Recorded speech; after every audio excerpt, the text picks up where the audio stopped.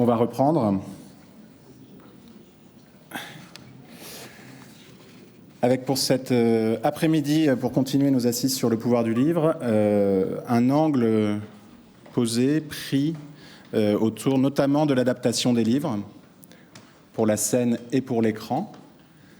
Et il nous a paru vraiment intéressant de pouvoir commencer cet après-midi avec une forme de dialogue autour d'une adaptation, en l'occurrence, l'adaptation de l'enquête d'argent et de sang de Fabrice Arfi, ici présent, et donc qui va échanger avec Clémentine Godesal à ce sujet. On vous laisse à peu près une demi-heure, vous avez le temps de discuter tranquillement, avant une table ronde plus dédiée aux enjeux d'adaptation dans nos métiers. Merci beaucoup. Merci beaucoup. Bonjour Fabrice Arfi, je fais une présentation très rapide parce que j'imagine qu'on vous connaît. Vous êtes co-responsable du pôle enquête de Mediapart, où vous travaillez depuis 2008. Et en 2018, vous avez donc écrit ce livre d'Argent et de sang qui a été adapté en série par Xavier Giannoli en 2023. C'est un livre sur l'enquête sur la fraude à la TVA, sur les quotas carbone, sur la taxe carbone.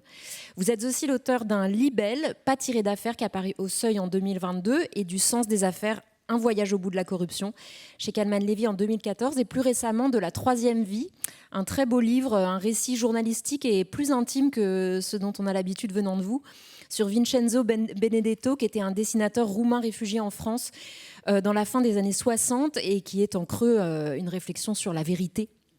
Et la vérité, c'est vraiment, j'ai l'impression, quand même un des fils rouges, disons, de votre travail, de votre carrière. Or, il me semble que la série, le cinéma, l'image sont considérés souvent peut-être comme le monde de l'artifice. Et je me demande comment, à votre sens, la vérité émerge même dans une fiction comme l'adaptation d'Argent et de sang. Bonjour, merci pour la question. Bonjour à toutes et tous.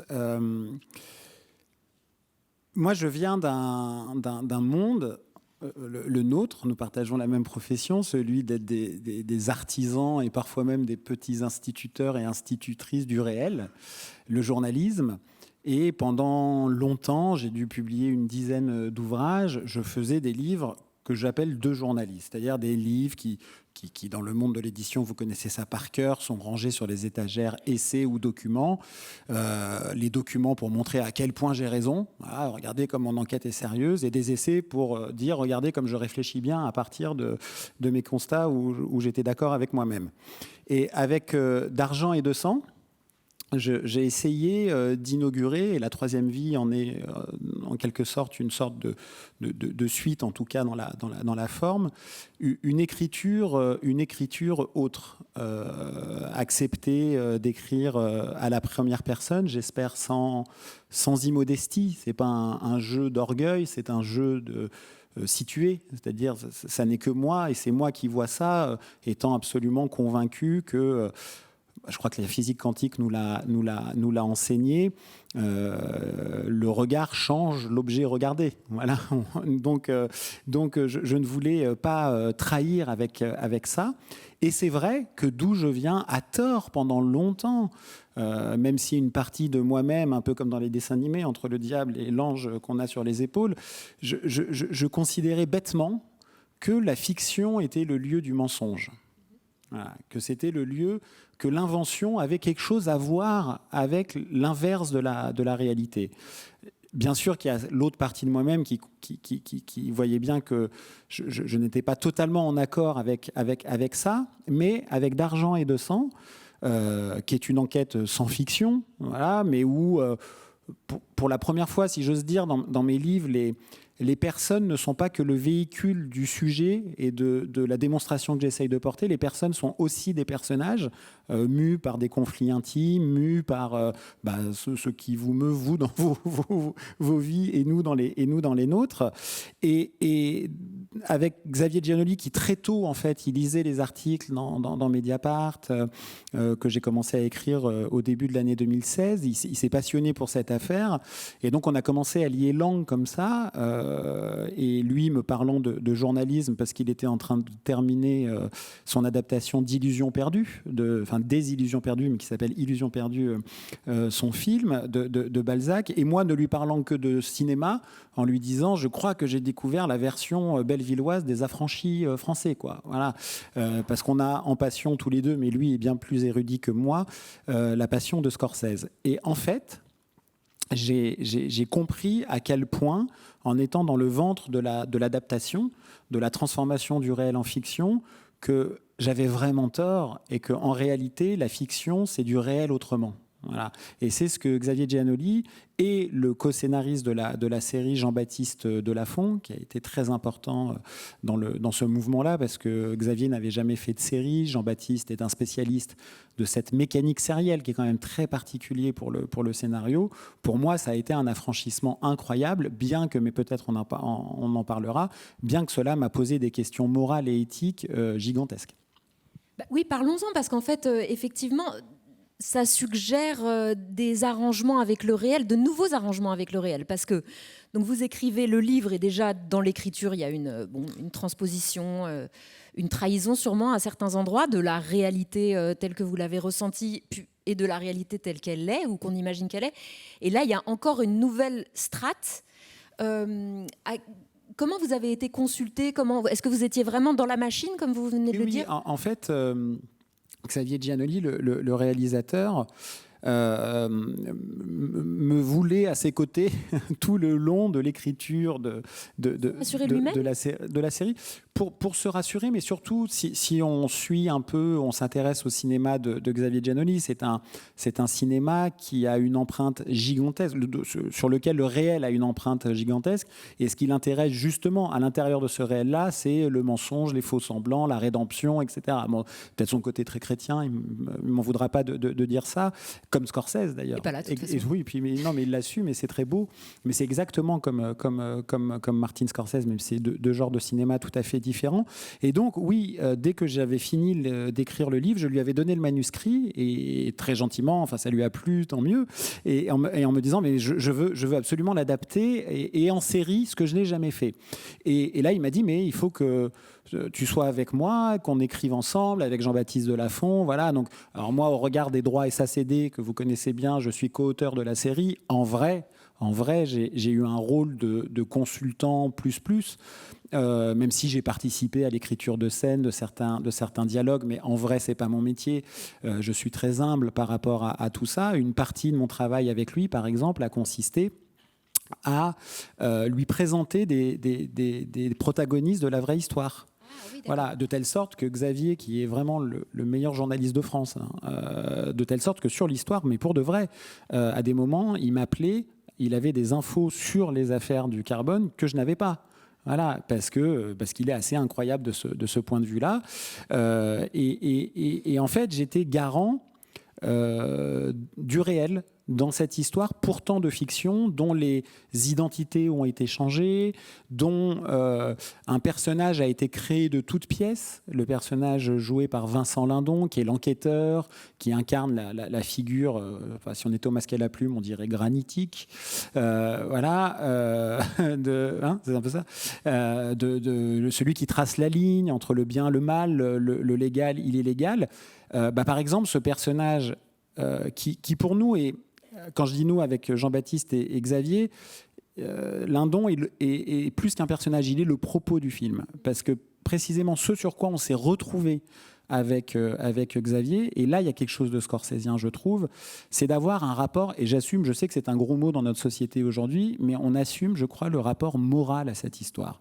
C'est-à-dire que ces escrocs de Belleville qui ont arrêté l'école à 10 ans, qui ont fait les marchés, qui ont compris assez tôt que si un jour ils voulaient avoir une forme de prospérité, elle s'écrirait probablement en dehors des cadres fixés par le code pénal, vont devenir des escrocs, des petits, des moyens, des très grands escrocs, jusqu'à cette cathédrale de l'escroquerie qui est la plus grande escroquerie de l'histoire de France, les quotas carbone. Ils sont fascinants. Ils ont dupé les personnages les plus diplômés du pays, de la Commission européenne, de Bercy. Ils ont carotté au nez, à la barbe de l'État, des milliards d'euros en quelques semaines. Mais ils sont fascinants, mais il ne faut pas tomber dans le piège de la fascination. Parce que tomber dans ce piège-là, en quelque sorte, et nous étions d'accord là-dessus, c'était poursuivre leur escroquerie. Bon. Et donc, on voulait avoir ce personnage qui incarne ce rapport-là à ça. Étiez-vous, en fait, un peu? C'est le jeu du livre qui est transmis. Je vais m'allonger et puis faire une psychanalyse et vous donner un peu de cash. Mais en fait, oui, en réalité, le personnage de Simon Wenachter, donc interprété par Vincent Lindon, qui est un enquêteur d'un service qui s'appelle la douane judiciaire, qui a changé de nom depuis, mais on s'en moque. Mais ça nous intéressait beaucoup avec Xavier. C'était dans nos réunions de travail, on avait appelé ça un post-polar. Ce qui était très plaisant dans cette affaire et dans le réel de cette affaire, c'est qu'elle n'a pas été résolue par des policiers de la PJ qui sont surreprésentés à l'écran, que ce soit dans des séries de plus ou moins bonne facture ou au cinéma. Et en fait, il y a un petit service qui venait de naître, c'était la douane judiciaire. Et je ne sais pas comment vous dire, il n'y en a pas un qui ressemble à Christophe Ondelat dans Faites entrer l'accusé, quoi. Voilà. C'est des gens d'aujourd'hui, des gens du monde, des gens qui ne sont pas, par exemple, dans certaines compromissions qui ont pu être documentées de la PJ. Je dis ça, je suis fils d'un ancien enquêteur de la PJ, donc j'ai pas de problème avec ça, mais le rapport aux informateurs, les zones grises, etc. Et donc, ça nous plaisait beaucoup de montrer une nouvelle forme d'enquêteur qui existe pour de vrai. Et donc, Vincent Lindon, c'est le patron de cet aréopage d'enquêteurs. Et en réalité, le personnage de Lindon, il est la fusion de plein de vrais personnages. Je mentirais si je disais non, je ne suis pas du tout là-dedans. Enfin, j'espère être un peu plus rigolo que le personnage de Simon Wenachter quand même. Mais néanmoins, il y a aussi dedans des magistrats, des procureurs, des juges d'instruction, des enquêteurs. Voilà. Et on a fait une espèce de fusion-acquisition de plein de personnes réelles pour faire ce personnage-là. C'est marrant parce que vous parlez des enquêteurs de la PJ et ça me fait penser, en fait, l'adaptation en série. Je me disais, en France, il y a à peu près au même moment Enquête sur un scandale d'État qui est sorti, qui était adapté du livre d'Emmanuel Fansten. Et là, pour le coup, les journalistes étaient les héros, ce qui est une tradition un peu anglo-saxonne, en fait. Aux États-Unis, les films de journalistes sur le Watergate ou alors le film avec Mark Ruffalo sur Spotlight. Les journalistes, ou She Said, il y a eu un film sur l'affaire Weinstein, les journalistes sont les héros. Et là, est-ce que vous avez refusé d'être le héros ? Parce qu'il faut un héros, en fait, dans le film, mais pour que les héros ne soient pas les bandits, oui, il faut qu'il y ait un autre héros. Absolument, ça a été une discussion. À titre personnel, je ne le souhaitais pas, bien que je sois obsédé par l'idée de la sous-représentation de la figure du journalisme dans la fiction, française. Bien sûr, tu dis à juste titre les newspaper movies, comme on peut les appeler, qui est un style en soi aux États-Unis. Alors, on pourrait disserter pendant des heures sur les raisons pour lesquelles il y a cette place du journalisme dans l'imaginaire américain, qui est très liée à une histoire culturelle, politique. D'un mot, quand même, l'homme qui a participé à la rédaction et qui a rédigé la Constitution américaine, Benjamin Franklin, était un journaliste. Et en fait, ils ont un rapport à l'histoire immédiate, l'histoire contemporaine, parce que c'est un pays d'émigration, bon, après avoir commis quand même un génocide avec les Indiens d'Amérique, qui a un rapport qui n'est pas du tout le même que celui de la France, qui est baigné dans le roman national. C'est assez intéressant qu'on appelle ça comme ça, notre histoire, un roman.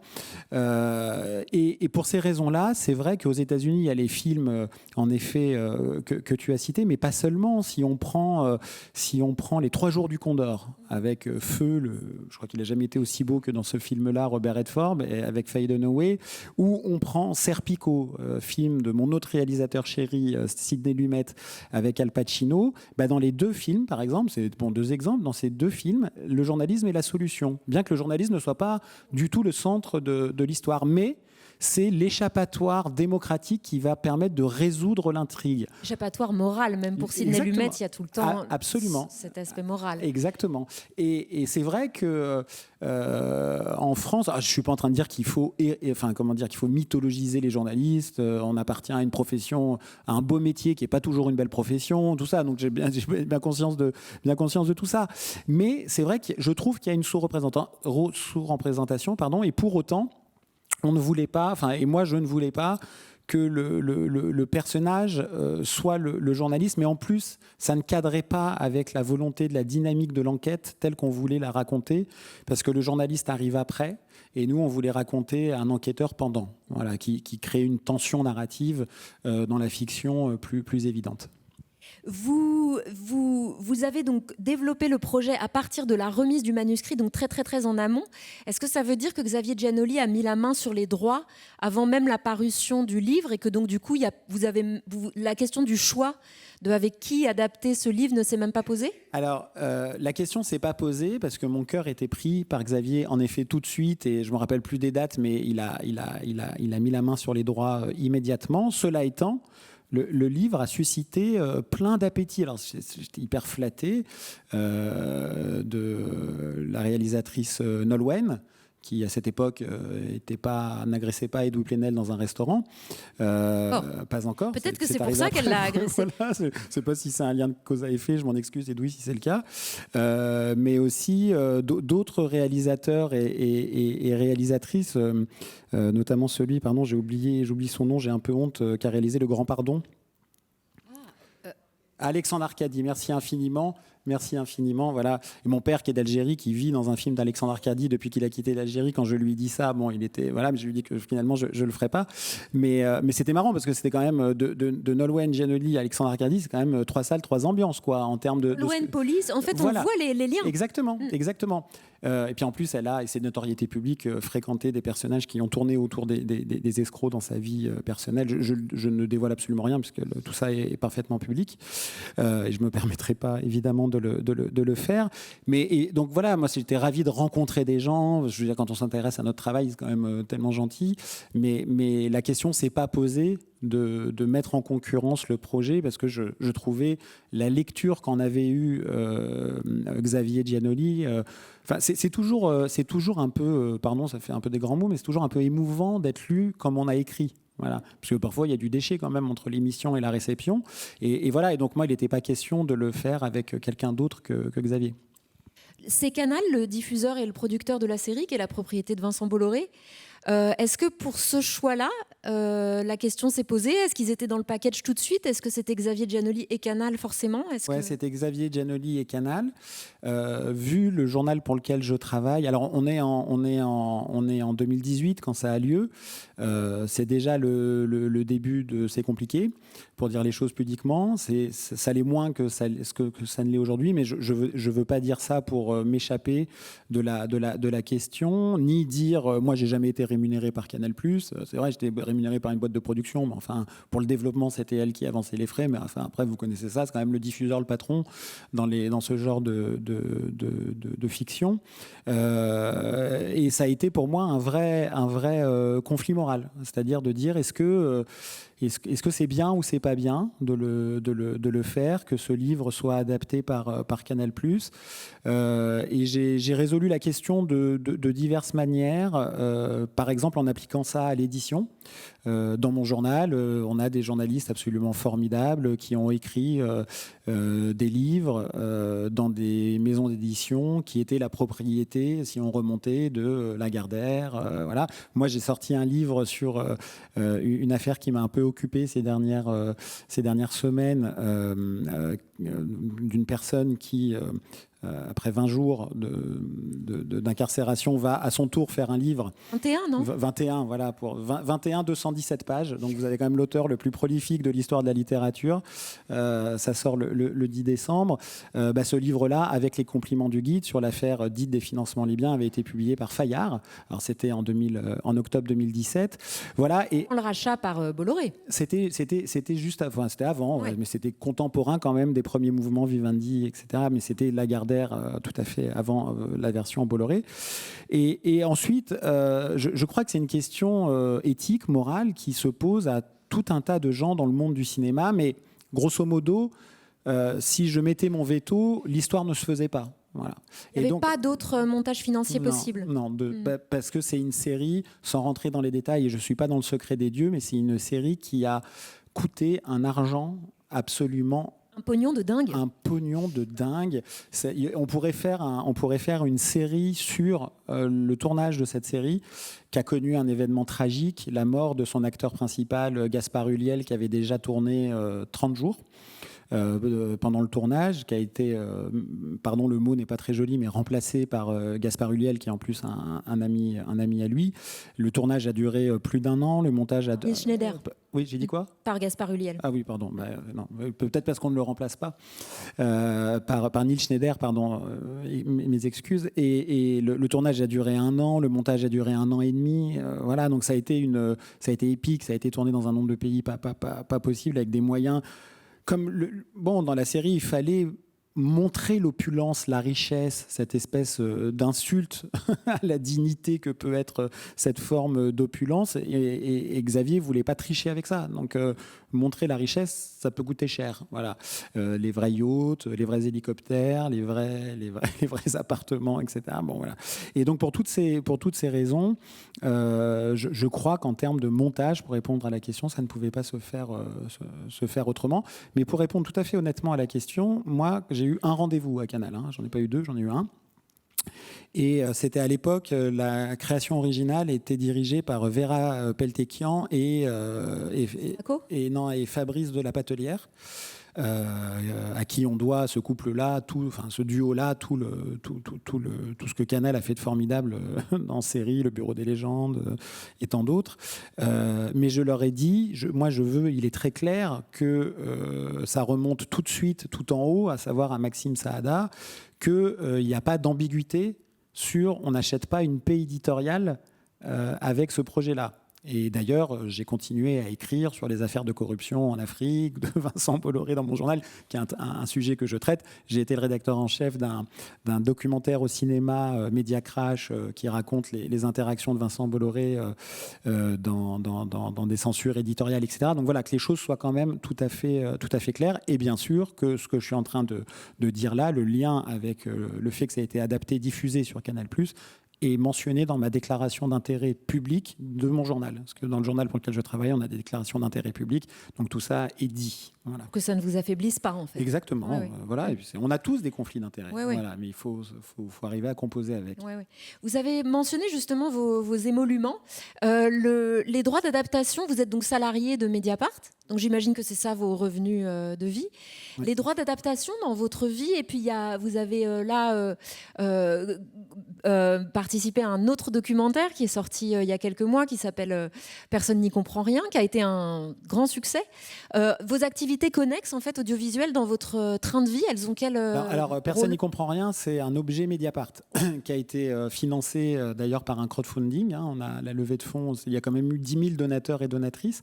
Et donc là, moi, ça fait partie de mon travail. Donc, vous n'êtes pas payé en plus? Non, zéro. Voilà. Et j'estime que... Mais je vais répondre à la question parce que ça pose des vraies questions par rapport au journal, l'adaptation d'Argent et de sang.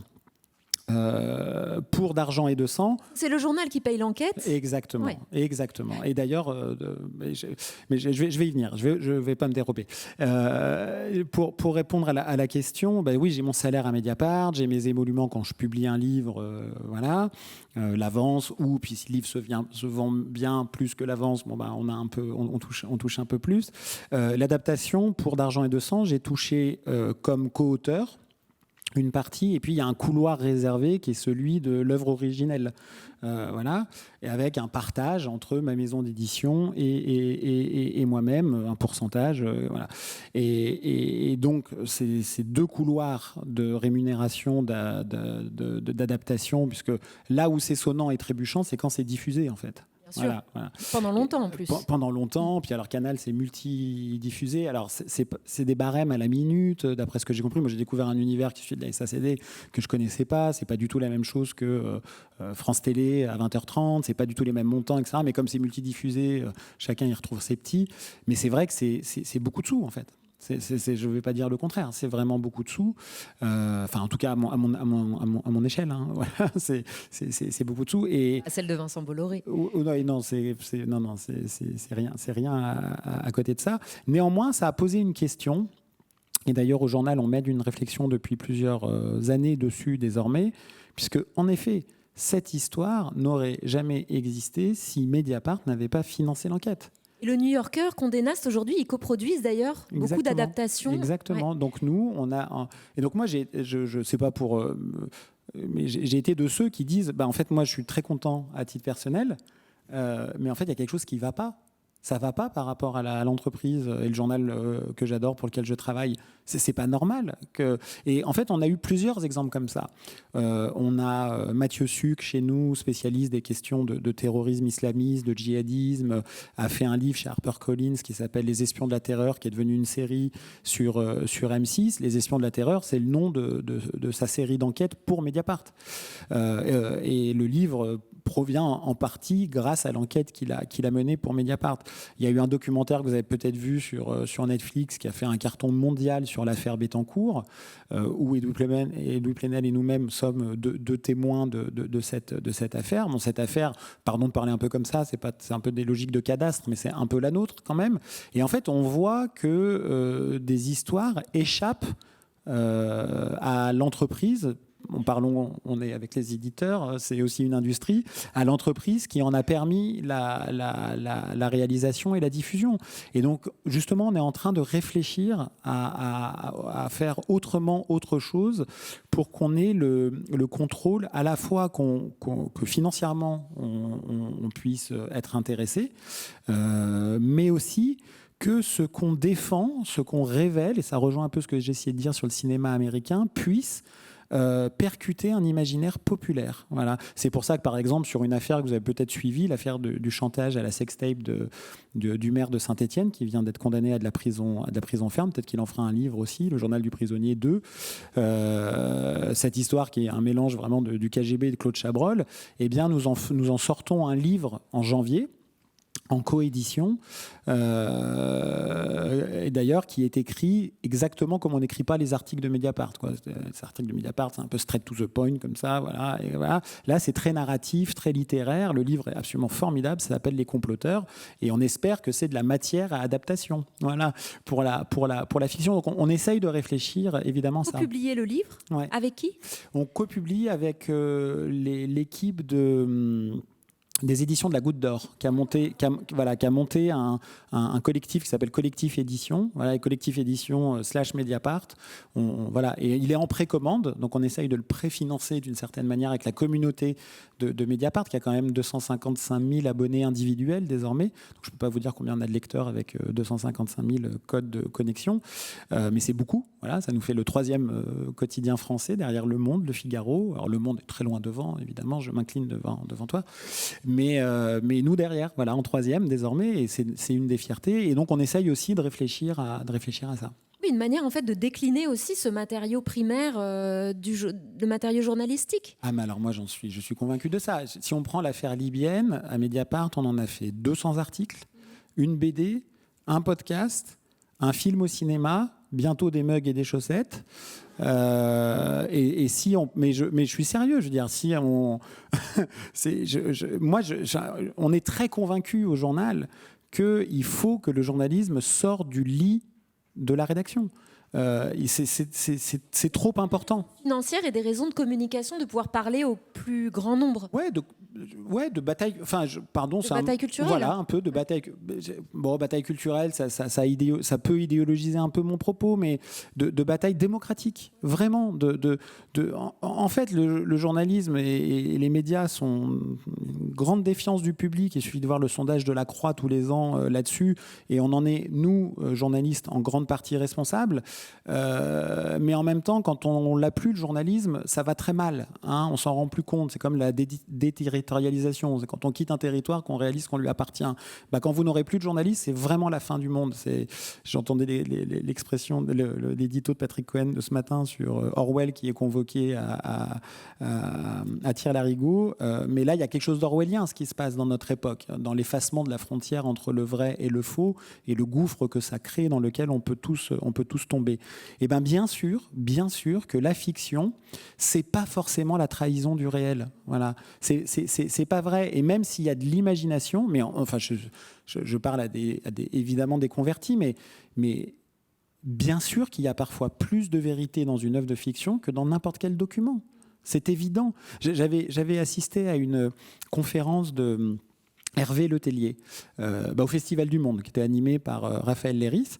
Et Letellier, quelqu'un dans la salle lui disait, mais est-ce que vous faites passer des idées politiques, des messages dans vos romans? Il dit oui, absolument. Absolument. Alors, il a un passé politique, Letellier. Il dit oui, tout à fait. Et il dit, c'est pour ça que je le fais avec la fiction, parce que la fiction, c'est indiscutable. Et j'ai trouvé ça très fort. C'est-à-dire qu'un document, un journaliste, un journaliste qui publie un document, on peut dire mais non, c'est pas vrai, c'est une position. Mais un personnage qui dit quelque chose dans un livre de fiction, oui, c'est ni vrai ni faux. C'est ni vrai ni faux. Et donc il y a quelque chose d'indiscutable. Voilà. Et je trouvais ça assez fort. Et pour moi, ça a fait un peu comme le mème là sur les réseaux sociaux quand ça fait comme ça là dans la tête. Ben, moi, ça a fait dans la mienne quand j'ai entendu Letellier dire ça. J'ai une dernière question pour vous. La série a été présentée en avant-première au Festival de Venise. Et je crois que vous n'y avez pas été. Est-ce que le tapis rouge, c'est la limite pour vous de ce que vous pouvez consentir au glamour de l'audiovisuel? Oui, puis je dis ça, ça se trouve, personne n'y comprend rien, ce sera aux Oscars. Mais vous irez? Non, je crois pas. Et puis, non, je crois pas. Là, je crois qu'il y a une limite personnelle. Autant je suis pour l'incarnation du journalisme, non pas pour... Non pas par ego, mais parce que je pense que ça participe de la même chose, qu'il faut déborder du lit. Mais le risque est la personnalisation, et je crois qu'on se consume là-dedans, même si j'ai des cordes de rappel très fortes par rapport à tout ça. Mais et puis par ailleurs, j'ai pas envie de me retrouver à la soirée de Canal+. Voilà, je voudrais pas ça. Pour moi, le défi. Il est avant, et c'est notamment et c'est là où c'était pour moi un enjeu moral très déstabilisant. J'étais très excité à l'idée de voir d'argent et de sang, puis j'allais dans la salle de montage et tout ça, de voir que ça allait être propulsé dans un imaginaire très important. Je veux dire, un livre qui marche bien, vous le savez, c'est quelques dizaines de milliers, dans le meilleur des cas, parfois plus, mais c'est très rare, de lecteurs et de lectrices. Une série comme d'Argent et de sang, c'est des millions et des millions et des millions de personnes qui l'ont regardé, et puis dans le monde, parce que c'est diffusé partout dans le monde. Et donc, ce que je veux dire par là, c'est que nous, on fait quand même un métier, il ne faut quand même pas s'en cacher, les journalistes, on est des vampires, quoi. Je veux dire, on suce la vie des gens et on la recrache comme ça, et on a une énorme responsabilité par rapport à ça. Et quand on écrit sur des gens puissants, ils peuvent se défendre, mais c'est pas une raison pour faire n'importe quoi. Puis alors, vous imaginez quand c'est sur des personnes vulnérables. Et donc moi, j'étais paniqué à l'idée, vraiment, de la violence que ça peut être pour certains des personnages de cette histoire, même si on en change l'identité, qu'on trahisse une forme de vérité qui est la leur. Voilà. Et donc ça s'est bien passé. Les escrocs, pour certains d'entre eux, étaient ravis parce que on participe à l'écriture de leur légende. Enfin, pas tous, hein, parce qu'il y en a un qui depuis me voue des pensées assez noires depuis sa prison. Mais voilà, pour moi, il était là le défi. Après, le reste, les tapis rouges, les dîners, les clinquants, c'est moins mon genre de... Voilà. Non, mais c'est intéressant parce qu'il faut. Non, mais de où on trace la ligne aussi, bien sûr, parce mais que c'est quand capital, on participe bien sûr, mais par ailleurs. Il y a beaucoup d'auteurs qui sont très contents d'aller à Cannes. Oui, et attention, hein, je ne veux pas du tout donner l'impression d'être un videur de boîte de nuit en disant c'est bien, c'est pas bien, tu rentres pas. J'ai aucun surplomb par rapport à ça. Mais par ailleurs, je ne suis pas que moi-même. Je suis aussi un journaliste à Mediapart. Enfin, je veux dire, voilà, il y a quelque chose de plus grand que nous, qui est les collectivités auxquelles on appartient.